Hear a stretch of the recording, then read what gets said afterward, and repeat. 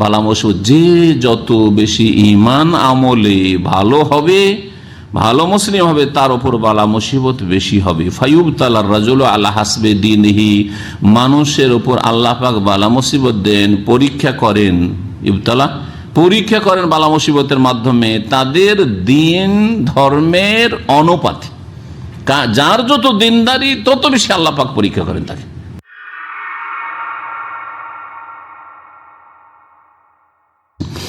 আম্বিয়া রাসূলগণ সম্পর্কে সাদ বিন আবি ওয়াক্কাস রাদিয়াল্লাহু তাআলা আনহু থেকে বর্ণিত হাদিস রয়েছে, তিনি বলছেন যে আমি বললাম, ইয়া রাসূলুল্লাহ, হে আল্লাহ রাসূল সাল্লাল্লাহু আলাইহি ওয়াসাল্লাম, আইয়ুন নাসি আশাদ্দু বালাআন, কার ওপর সবচাইতে বেশি কঠিন বালা মুসিবত আসে, কার ওপর? যদি আমাদেরকে জিজ্ঞেস করা হয় তো জনসাধারণ কি বলবে? যার যত পাপ তত বালা মুসিবত। বলবে না? বলবে না? হ্যাঁ, আমাদের দেশের যে মূর্খতা, আরে কোন যে পাপ করেছে, এমন রোগে আক্রান্ত হয়েছে, আর বলবে না, জীবনেও ভালো হবে না, তাই না? আইয়ুন নাসি আশাদ্দু বালাআন, কোন শ্রেণীর মানুষের ওপর সবচেয়ে বেশি বালা মুসিবত এসে থাকে? কালা আল আম্বিয়া, ও রাসূলুল্লাহ বললেন তারা হচ্ছেন নবীগণ, সুম্মাল আমসাল ফাল আমসাল, তারপরে যারা যত ভালো তত বেশি বালা মুসিবত।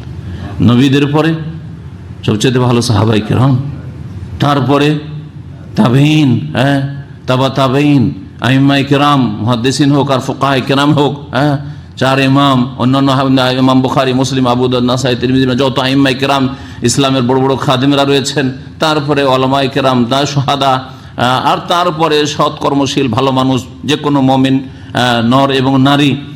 বালা মুসিবত, যে যত বেশি ঈমান আমলে ভালো হবে, ভালো মুসলিম হবে, তার উপর বালা মুসিবত বেশি হবে। ফায়ুবতালার রাজুল আলা হাসবে দীনহি, মানুষের উপর আল্লাহ পাক বালা মুসিবত দেন, পরীক্ষা করেন।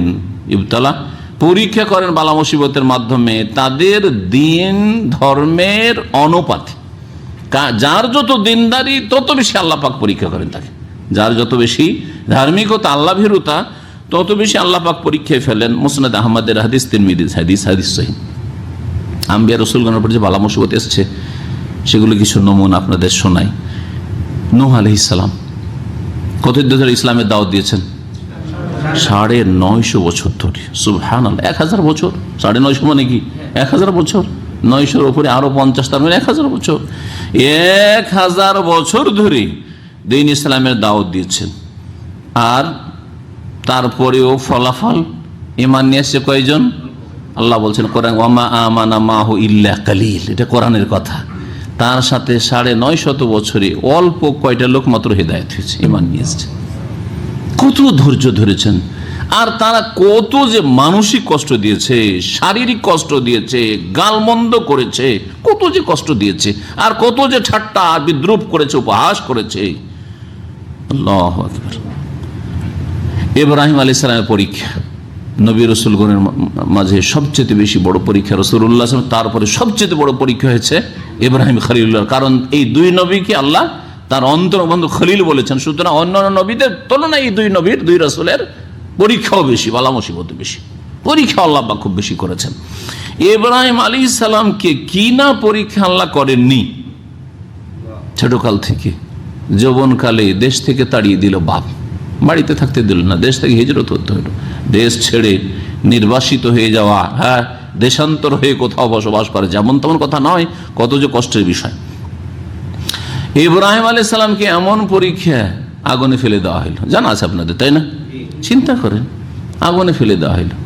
আপনার হয়েছে, কারো হয়েছে, কোনো মুসলিমের আজকাল? জি।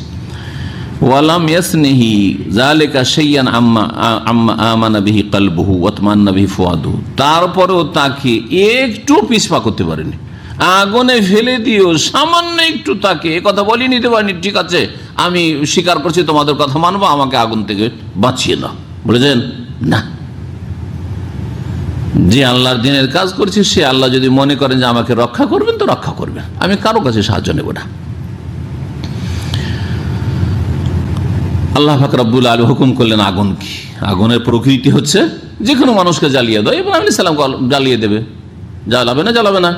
কারণ আগুনের কাজই হচ্ছে জ্বালানো। ও চিনবে না যে কে নবী আর কে রসুল আর কে ভালো আর কে মন্দ, সবাইকে জ্বালাবে। যদি স্পেশাল আল্লাহ পাকের হুকুম না হয়, সৃষ্টিগত হুকুম যে আগুন তোকে ক্ষমতা দিয়েছি জ্বালাবার, তোর এই ক্ষমতা আমি এখন শেষ করছি, কোন ঠান্ডা হয়ে যাবে। জি হ্যাঁ, তো আল্লাহ পাক হুকুম করলেন আগুনকে, কুলনা, আল্লাহ বলছেন আমি বললাম আগুনকে, ইয়া নারু, হে আগুন, কুনি বারদা, ঠান্ডা হয়ে যা।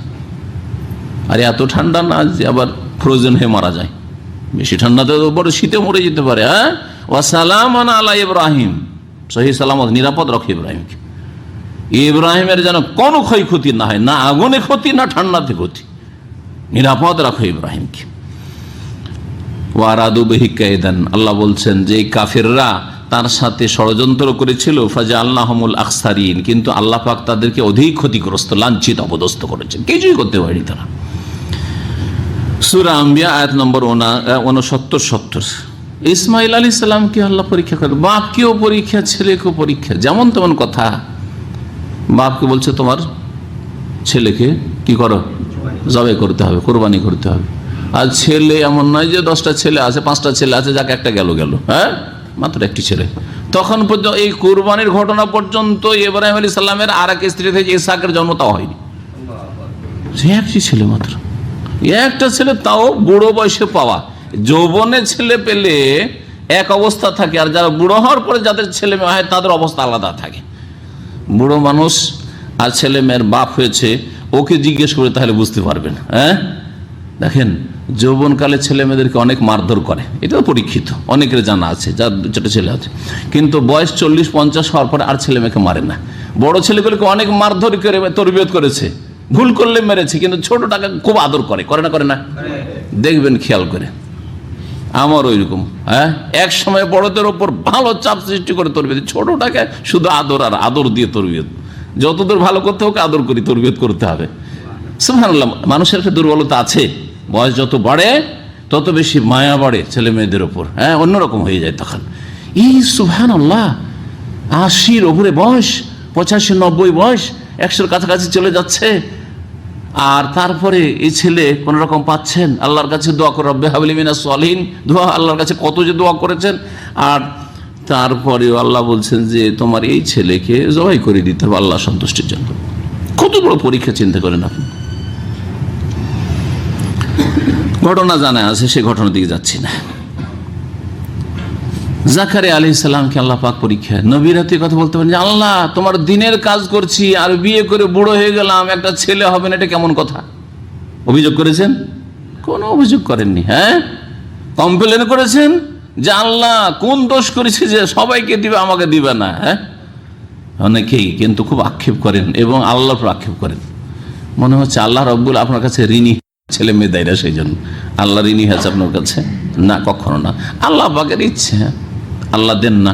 এতে হয়তো বহু রহস্য আছে যেটা আপনার চোখের আড়ালে রয়েছে। কেন দেননি আল্লাহ ভালো জানেন। কিছুই না থাকলে আল্লাহর পরীক্ষা, যে তোমাকে স্ত্রী দিয়েছি, হ্যাঁ, সুস্থতা দিয়েছি, তারপরে তোমাকে ছেলে মেয়ে দিচ্ছে না, এটি পরীক্ষা আমার, আমি তোমাকে এর মাধ্যমে পরীক্ষা করছি। আপনারা সাধারণ মানুষ কেন? সৌদি আরবের সবচেয়ে বড় আলেম এখন আল্লামা শেখ সালেহুল ফৌজান হাফিজুল্লাহ এখনো বেঁচে আছেন। তার বাড়িতে আমাদেরকে একবার নিয়ে যাওয়া হয়েছিল দায়ীদেরকে, আসর থেকে মাগরিব পর্যন্ত, বরং মাগরিব পরেও তার সাথে অনেক মাসলা মাসাইলের প্রশ্ন উত্তর, আর তারপরে তার আলোচনা শোনা, বৈঠক। তার বাড়িতে একটা ছেলেও নেই, মেয়েও নেই, নিঃসন্তান, একটা ছেলেও নেই, মেয়ে নেই।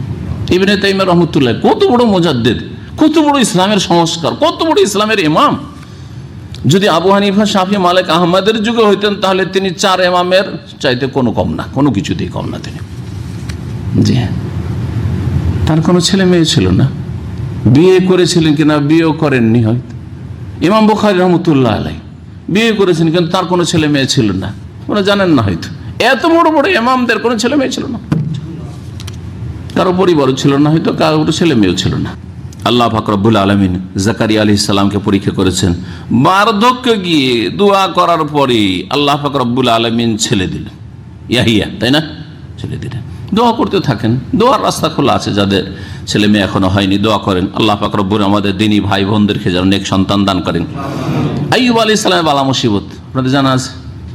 জি সুবহানাল্লাহ, আইয়ুব আলাইহিস সালামের বালা মুসিবত, এক তো রোগ, আর তারপরে ছেলে মেয়ে সব মারা গেল, ধন সম্পদ সব ধ্বংস হয়ে গেল, নিজে অসুস্থ, এমন ব্যাধি, মারাত্মক ব্যাধি, দূর আরোগ্য ব্যাধি। ব্যাধি কতদিন ছিল এই মর্মে একটি রিওয়ায়াত বলছে 18 বছর তিনি অসুস্থ ছিলেন। এটা খুব প্রসিদ্ধ আমাদের দেশে, যদি অনেক গবেষক আলমারা বলেছেন যে এতদিন তার অসুস্থ থাকার বিষয়টি বিশ্বসূত্রে প্রমাণিত নয়, আল্লাহ আলাম, কিন্তু এমন মারাত্মক ব্যাধি ছিল যেটা সাধারণ ব্যাধি ছিল না, অসাধারণ ব্যাধি ছিল, এতে কোনো সন্দেহ নেই। এবং দীর্ঘ সময় তিনি রোগাক্রান্ত ছিলেন, সব হারিয়ে ফেলেছেন। এমনকি স্ত্রীরা সব তালাক নিয়ে চলে গেছে, কয়েক স্ত্রী সব তালাক নিয়ে চলে গেছে, একজন স্ত্রী ছাড়া, জানা আছে না নাই, হ্যাঁ, রহিমা রাদিয়াল্লাহু তাআলা ছাড়া বাকি সব তালাক নিয়ে চলে গেছে, দুঃখের দিনে ছেড়ে দিয়ে চলে গেছে। কত বড় পরীক্ষা। তারপর আল্লাহ রাব্বুল আলামিনের কাছে দোয়া করায়, আল্লাহ তাকে সুস্থ করলেন, হ্যাঁ, তাকে রোগমুক্ত করলেন। আল্লাহ রাব্বুল সূরা আম্বিয়ার আয়াত নম্বর 83-84 ইরশাদ করেন, ওয়া আইয়ুবা, স্মরণ করে আইয়ুব আলাইহিস সালামকে, ইয নাদা রাব্বাহ, যখন তার প্রতিপালককে তিনি ডেকেছিলেন যে হে আল্লাহ, আন্নী মাসানিয়া দুররু ওয়া আনতা আরহামুর রাহিমিন, আমি রোগাক্রান্ত হয়েছি, আমাকে রোগ ব্যাধি স্পর্শ করেছে, ওয়া আনতা আরহামুর রাহিমিন, আর তুমি সমস্ত দয়ালুর সবচেয়ে বড় দয়ালু। তুমি এত লম্বা দোয়া করেননি যে আল্লাহ কেন তুমি ভালো করবে না, তুমি ভালো করো, এত কোনো কথা নাই। কত সুন্দর দোয়া, আল্লাহ আমি অসুস্থ হয়েছি, হ্যাঁ, রোগে আক্রান্ত হয়েছি, আর তোমার চাইতে বড় দয়ালু পৃথিবীতে কেউ নেই, না মা, না বাপ, না স্ত্রী, না ছেলে, না মেয়ে, না আপনজন, কেউ দরদি নেই, হ্যাঁ, তোমার মতো। তুমি হচ্ছ আরহামুর রাহিমিন, যত দয়ালু হইতে পারে তাদের সবচেয়ে বড় দয়ালু তুমি আল্লাহ। সুতরাং আমার উপর রহম করো, আমাকে শেফা, আরোগ্য দান করো। আল্লাহ পাক রব্বুল বলছেন, ফাস্তাজাবনা লাহু, তার এই দোয়া আমি কবুল করলাম। ফাকাশাফনা মা বিহি মিন দুর, তার যে রোগ ছিল তা আমি দূরীভূত করলাম। ওয়া আতাইনাহু আহলাহু, স্ত্রীরা চলে গেছে, স্ত্রী ফিরে আসো। জি হ্যাঁ, পরিবার সব ছেলে মেয়ে সব মারা গেছিল, সব একটি রিওয়ায়াত যে তারা আবার জীবিত হইল, আল্লাহ জানে এটি ইসরাইলি রিওয়ায়াত হতে পারে। আর একটি রিওয়ায়াত যে জীবিত নয়, বরং যতগুলি ছেলে মেয়ে মারা গেছে তার চেয়ে বেশি ছেলে মেয়ে আল্লাহ দিয়েছিলেন। পরে ধরেন কারো 2-4-5টা ছেলে মেয়ে মারা গেছে, আর তারপর যদি আরো 10টা আল্লাহ দিয়ে দেন, তাহলে ঘাটতি পূরণ হওয়ার পরে আরো বেশি হয়ে গেল কিনা। তো এইভাবেও হইতে পারে যে আল্লাহ পাক রব্বুল আইয়ুব আলাইহিস সালামকে তার চাইতে উত্তম দিয়েছিলেন।